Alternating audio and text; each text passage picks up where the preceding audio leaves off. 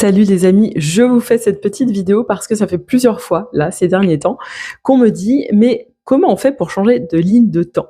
Donc je me suis dit que ça serait pas mal de faire une vidéo, ou de refaire une vidéo, parce que je crois que j'en ai déjà faite, mais ça fait un petit moment, de refaire une vidéo, en tout cas, pour vous expliquer mon point de vue concernant les lignes de temps.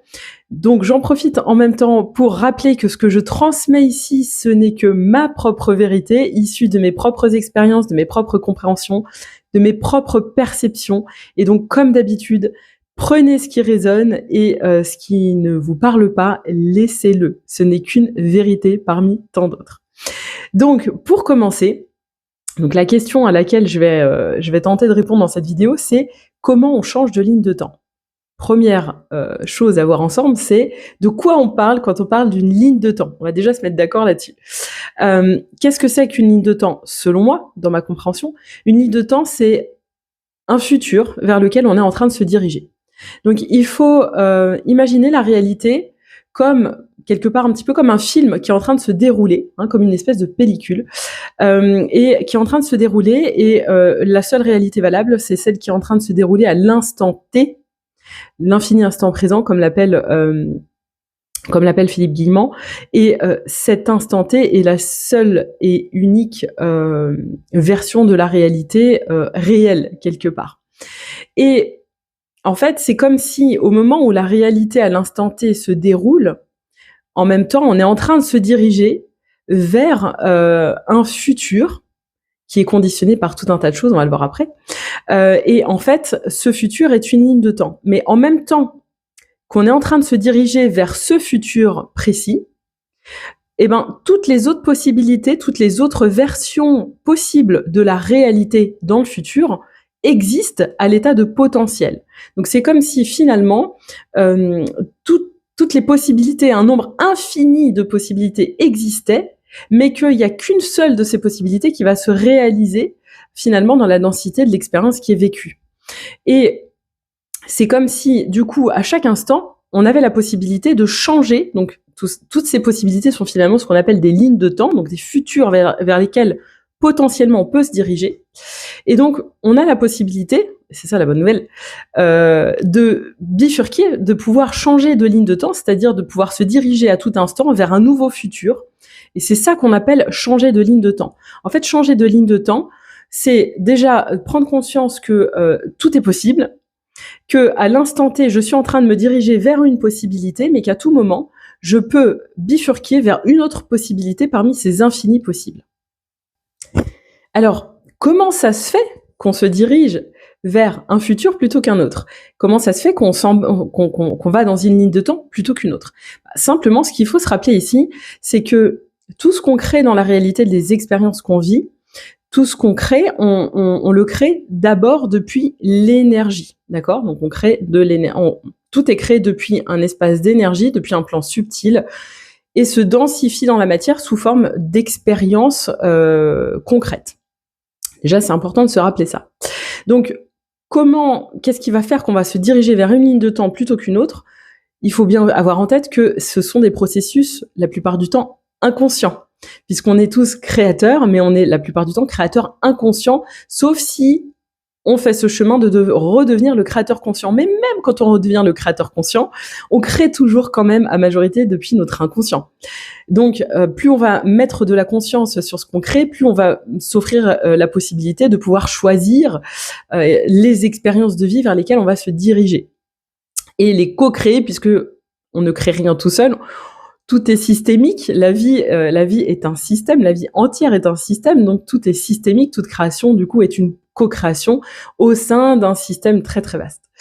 Donc déjà c'est important de se rappeler de ce principe-là. Donc on crée de l'énergie pour aller densifier l'expérience dans la matière, et donc on crée depuis notre vibration finalement, depuis notre fréquence. Tout vibre à une fréquence, hein, c'est pas moi qui l'invente, la physique quantique le dit, Einstein l'a dit. Donc tout est une affaire de fréquence, de vibration, et donc c'est depuis nos fréquences et depuis nos vibrations qu'on crée. Je pense que vous avez entendu parler du fameux taux vibratoire. Le taux vibratoire, on pourrait dire que c'est finalement la fréquence depuis laquelle on va créer nos expériences de vie.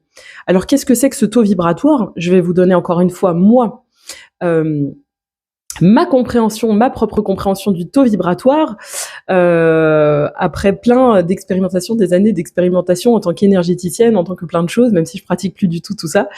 Mais pour moi, qu'est-ce que c'est que le taux vibratoire? C'est la fréquence globale, donc on pourrait dire la fréquence moyenne à laquelle on vibre. Et cette fréquence moyenne, elle est le résultat finalement de notre état. Donc ça veut dire qu'elle va varier en fonction des journées, en fonction des moments de la journée. On va avoir une fréquence globale, c'est-à-dire que globalement on va vibrer plutôt bas en fonction des phases dans lesquelles on est, mais elle va être directement affectée par notre état intérieur. Donc comme nous sommes des êtres multidimensionnels, ce taux vibratoire, il va être le résultat de la moyenne de la vibration de chacune de nos dimensions, donc de notre état au plan émotionnel, de notre état au plan du mental. Donc, quand je dis mental, c'est intéressant parce que dans le mental, il va y avoir tout ce qui est de l'ordre des croyances, de nos interprétations, de nos jugements. Donc, c'est depuis ces espaces-là qu'on crée. On crée nos expériences de vie depuis ce qu'on croit que la vie est. Donc, de nos croyances conscientes ou inconscientes, c'est ce que j'appelle nos matrices, c'est l'ensemble de nos perceptions, d'accord? Donc ça, c'est tout ce qui va être lié vraiment à la dimension du mental, mais on crée aussi depuis la vibration spirituelle, donc depuis quelque part le degré de l'évolution de notre conscience, de la conscience de notre grand soi, notre soi supérieur, comme on pourrait l'appeler, de notre essence divine, selon le terme que vous préférez. Et puis aussi depuis, sur la dimension beaucoup plus concrète, beaucoup plus dense, on crée aussi depuis la dimension qui correspond à l'état de notre corps physique, d'accord? Et donc tout l'ensemble de tout ça crée une vibration globale qu'on appelle le taux vibratoire.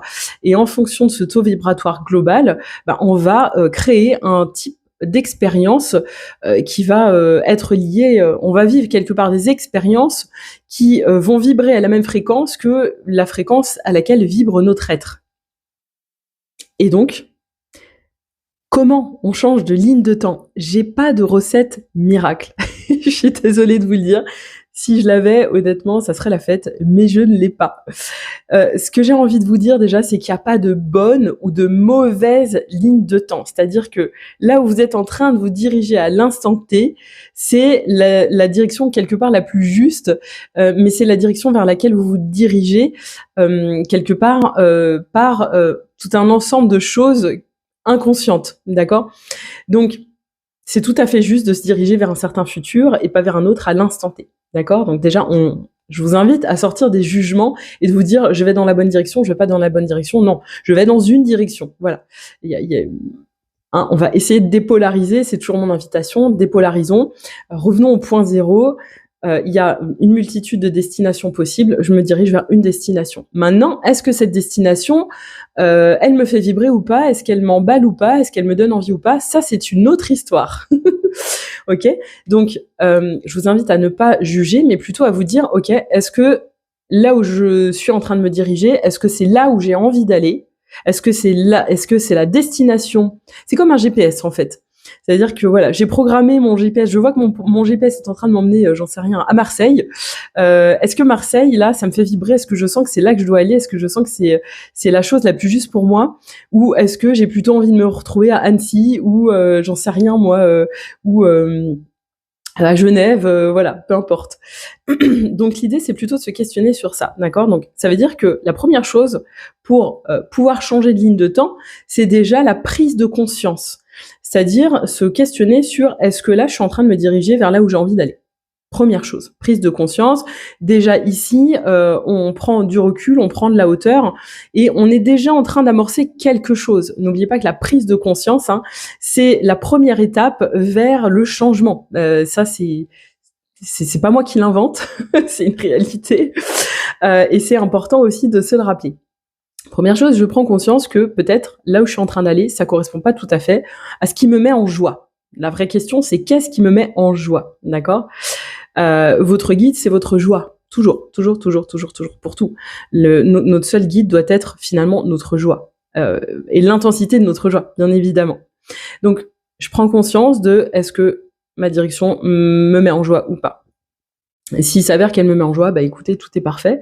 Dans ce cas-là, il suffit juste de continuer et d'être pleinement connecté intentionnellement à cette destination-là pour que le chemin se fasse de la meilleure manière, de la manière la plus juste.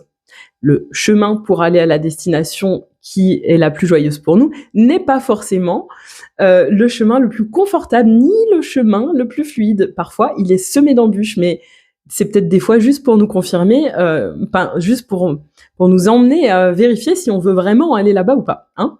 Rappelons-le, c'est important. Donc, deuxième chose, ça va être, après cette prise de conscience, ça va être de faire l'effort de s'extraire de ces points de vue, de faire l'effort de s'extraire de ces matrices. C'est-à-dire, c'est ce que j'appelle s'ouvrir au tout est possible. Ça va être, une fois que j'ai pris conscience que je suis pas forcément dans la direction qui me met en joie, je vais faire l'effort, si en tout cas c'est pas quelque chose encore de naturel chez moi, je vais faire l'effort de me dire, ok, je sais que autre chose est possible, je sais qu'à tout moment je peux bifurquer, je sais qu'il existe d'autres versions possibles de la réalité, autres que celle vers laquelle je suis en train de me diriger. Et donc, je fais l'effort de m'extraire de mes points de vue, de m'extraire de mes croyances, c'est-à-dire que si je me dis cette direction vers laquelle je suis en train d'aller me met pas en joie, mais en même temps, là, dans ma situation, il y a rien d'autre. Je vois pas de, enfin, j'ai l'impression d'être dans une impasse. Je vois pas d'autres possibilités. Bah, je vais devoir faire l'effort de me sortir de ce point de vue de blocage, de m'extraire de ça et de me dire, ok, au fond de moi, j'émets simplement l'hypothèse que peut-être, même si j'ignore comment, peut-être, il est possible que les choses soient différentes. Juste ça. Juste se dire, autre chose est peut-être possible. D'accord? Donc ça, c'est ouvrir sa conscience. Donc c'est s'extraire de ses points de vue, s'extraire consciemment de ses points de vue, s'extraire consciemment de ses matrices. J'arrête de me dire, de juger que telle chose est possible ou pas possible, ou que c'est pour moi ou que c'est pas pour moi, que je suis capable ou je suis pas capable. Je me dis juste que je sais qu'autre chose est possible. Quoi, comment, j'en sais rien. Mais dans la dimension du subtil, dans la vibration, hein, rappelez-vous, ici on est au stade de la vibration, dans la vibration, je pose une intention qui est qu'autre chose que ce que je suis en train de vivre et vers quoi je suis en train de me diriger est possible. La troisième chose, ça va être de diriger mon intention. Donc, quand je dirige mon intention, quand je me dirige avec mon intention, c'est-à-dire que je dirige mon attention, là où je dirige mon attention, je dirige mon énergie. Ça veut dire que je vais devoir savoir, plus ou moins précisément, parce que là c'est pareil, il y a plusieurs écoles, il y en a qui disent qu'on doit savoir exactement dans les moindres détails vers là où on a envie d'aller pour pouvoir y aller, pour pouvoir le créer. Il y en a d'autres qui disent non, ce qui compte c'est la vibration dans laquelle on est, l'intention dans laquelle on est et l'émotion que ça nous procure quand on pense à cette chose-là qui est déjà réalisée. Moi, je suis plus de la deuxième école, mais encore une fois, il n'y a pas une vérité absolue. Vous trouvez votre vérité là-dedans, bien évidemment. Moi, je me base plus sur l'émotion que ça me génère quand je me dis que c'est déjà là. Quand je visualise, quand je ressens la chose que je veux créer qui est déjà arrivée, qu'est-ce que ça me procure en moi? Et c'est ça mon GPS. Moi, c'est en tout cas comme ça que je fonctionne. Donc, cette troisième étape, finalement, c'est d'être intentionnel, c'est-à-dire de savoir où on va se diriger. Ok, je veux pas aller à Venise, mais finalement, j'ai envie d'aller où? Parce qu'il faut bien que je programme mon GPS vers une autre destination. Hein. Donc, c'est quoi la destination? Alors, on peut rester global. Est-ce que je reste en Europe? Est-ce que je vais vers le sud, vers le nord? Voilà. Ou est-ce que j'ai une ville précise dans laquelle je veux aller? Hein. Donc, on redirige grâce à notre intention, on redirige notre attention et donc on redirige notre énergie autre part. Et on va devoir nourrir cette chose-là intentionnellement et consciemment, régulièrement, pour se ramener à cette chose qu'on veut créer, cette destination vers laquelle on veut aller. Il va falloir la nourrir. Ça, je l'explique dans Love Light, hein, si vous avez suivi le programme Love Light.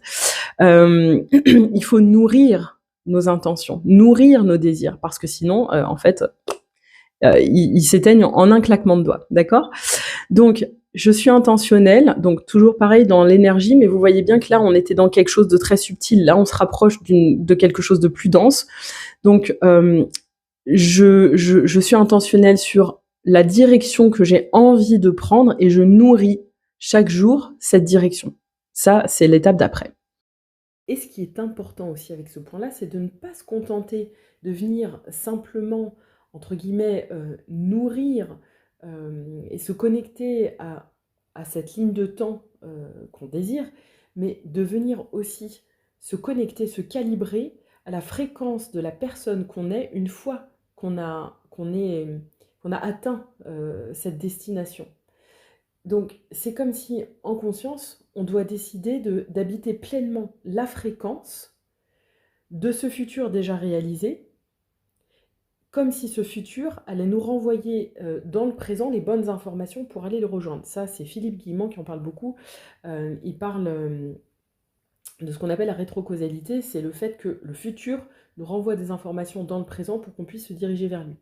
Et donc ça nous demande aussi, dans cette intentionnalité, dans ce point-là, de choisir consciemment d'habiter la fréquence de ce futur déjà réalisé, qui devient finalement la fréquence.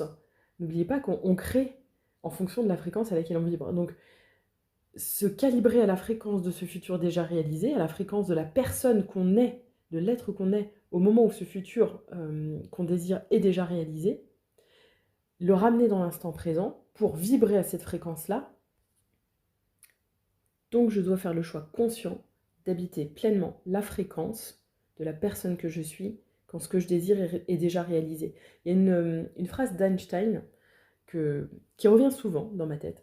En gros, il a dit qu'on ne peut pas résoudre un problème depuis le niveau de conscience qui a créé ce problème. Et pourquoi je vous dis ça ? Parce que simplement, en fait, il faut vraiment comprendre qu'on crée depuis notre niveau de conscience. Si on veut créer quelque chose de très grand, alors qu'on est dans une vibration où on a une fréquence plutôt basse, entre guillemets, ça va être compliqué de créer quelque chose d'aussi grandiose que ce qu'on veut créer. Donc ça va nous demander de venir nous calibrer à la fréquence de ce qu'on désire pour pouvoir vibrer à cette fréquence-là et le créer véritablement. Donc tout est une question du niveau de conscience dans lequel on est au moment où on crée, au moment où on vient s'ancrer dans une ligne de temps. Et donc on doit décider aussi consciemment d'habiter une fréquence qui correspond à ce qu'on désire. Et enfin, la 4e étape, sachant que je pense qu'il pourrait y avoir 15 étapes si on en cherchait 15, mais j'ai envie de faire quelque chose d'assez simple. N'oubliez pas que tout se crée depuis l'énergie vers la matière, d'accord ? Donc, une prise de conscience, ça suffit pas. Un désir tout seul, ça ne suffit pas. Savoir où je veux aller, et m'en tenir à ça, ça ne suffit pas. Comment je fais passer les choses de la vibration à la matière ? Eh ben, c'est par la matérialisation grâce à des actions.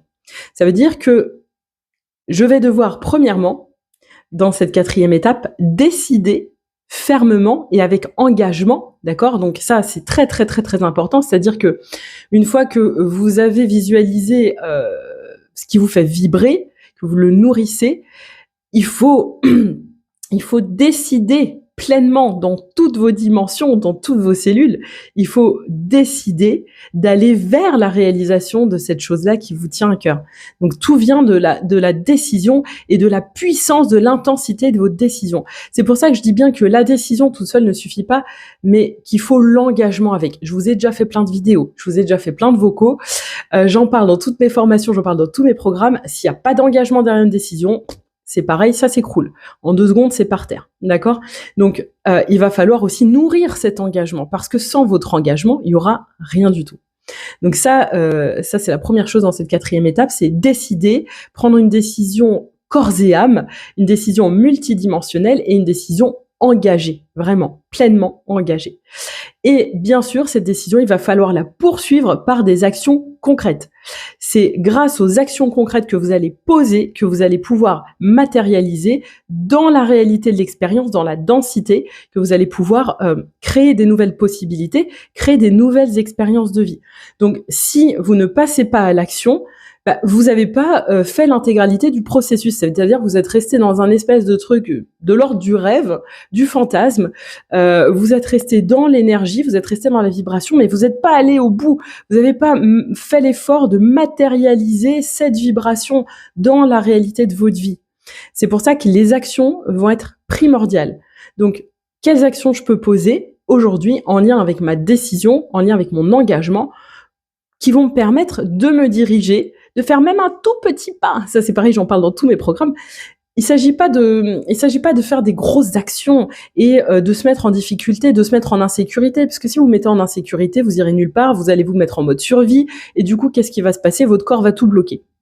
Donc l'idée, c'est de faire des petites actions, des choses à votre portée, de changer des habitudes, de faire des nouvelles choses, des choses inhabituelles. En fait, ça va être vraiment ça qui va vous permettre de donner une chance à cette ligne de temps vers laquelle vous voulez vous diriger, de se matérialiser. C'est un petit peu comme si l'image qui me vient, c'est l'image d'un train, quoi. C'est ouais, vous êtes sur des rails et à un moment, voilà, il va falloir qu'il y ait un truc au niveau de l'aiguillage pour bifurquer, pour changer de voie, en fait, hein, tout simplement.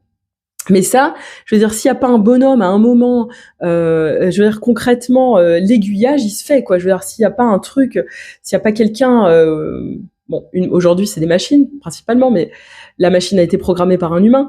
Ce que je veux dire, s'il n'y a pas quelque chose matériellement qui se passe pour que le train bifurque qui passe d'une voie à l'autre, il se passe rien, quoi. Hein. Donc il faut qu'il y ait quelque chose matériellement qui se passe. Là, c'est pareil. Il va falloir vous réaiguiller quelque part vers cette nouvelle voie, vers cette nouvelle ligne de temps, et vous allez être obligé de poser des actions. Donc vraiment, mon conseil, c'est de poser des petites actions et de toujours relier votre action à votre intention. Est-ce que cette action est cohérente avec mon intention? Posez-vous toujours cette question, parce qu'après c'est facile, et ça s'appelle de l'auto-sabotage, c'est facile de poser plein d'actions et de se dire « ouais, j'ai fait plein de trucs, mais je comprends pas, ça change pas ». Mais en fait, on se rend pas compte. Alors, plein de raisons à ça, hein. Je vous parle aussi beaucoup des bénéfices secondaires. Bon, il y a plein de raisons qui font qu'on va poser les mauvaises actions. Je suis la spécialiste pour ça, moi. Je pose pas les bonnes actions et après je me dis « ah, mais pourquoi ça marche pas ?» Donc, si vous voulez éviter ça, je vous invite toujours à réfléchir à vos actions et à vous dire « ok, est-ce que cette action est alignée avec mon intention? Est-ce que cette action, possiblement, a l'air de m'emmener vers la destination vers laquelle j'ai envie de me diriger ?» Tout simplement. Voilà, j'espère que cette vidéo vous aura éclairé. N'oubliez pas, si vous avez envie d'élever votre niveau de conscience, si vous avez envie de vous nourrir, si vous avez envie de vous extraire de vos matrices, il y a plein de formations. Je vous propose la formation à la télépathie quantique en e-learning. Je vous propose le programme La Révélation des Matrices. Je vous forme aussi à la numérologie si vous avez envie de décrypter vos matrices, justement, pour pouvoir les comprendre, pour pouvoir comprendre l'être que vous êtes venu être dans cette vie-là. Et vous désidentifier aussi du personnage. Je vous propose le programme Love Light si vous avez envie aussi de venir mettre de la conscience et de redevenir créateur de vos relations, votre vie amoureuse, mais aussi votre vie amicale, votre vie familiale. Voilà, il y a plein de programmes partout. Donc n'hésitez pas si vous avez envie d'aller plus loin. Le changement de ligne de temps, je vous propose une méditation dans le niveau 2 de la télépathie quantique. Je vous la propose aussi dans le programme La Révélation des Matrices. Donc, n'hésitez pas à rejoindre ces programmes aussi si ça vous fait vibrer, si ça vous appelle. En tout cas, je vous dis à très vite, les amis. Et bon changement de ligne de temps. Ciao!